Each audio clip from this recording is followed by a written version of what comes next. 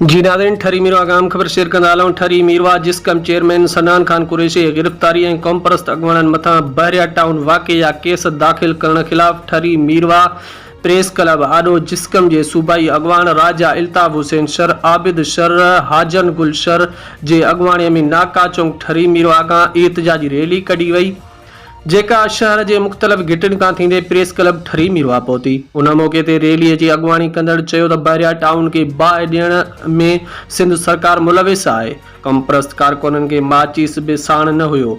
बहरिया town ऐं सिंध सरकार जे मिली भगत सां केमिकल हारे बहरिया टाउन के बाहियूं ॾेई सिंधी माण्हुनि खे कूड़नि केसनि में फासाइण जी वॾी साज़िश थी रही आहे।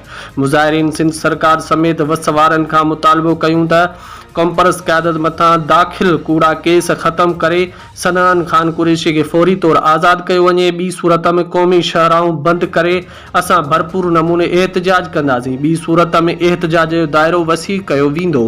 रिपोर्ट गुलाम नबी इस्लामी, ATV न्यूज़, ठरी मीरवा।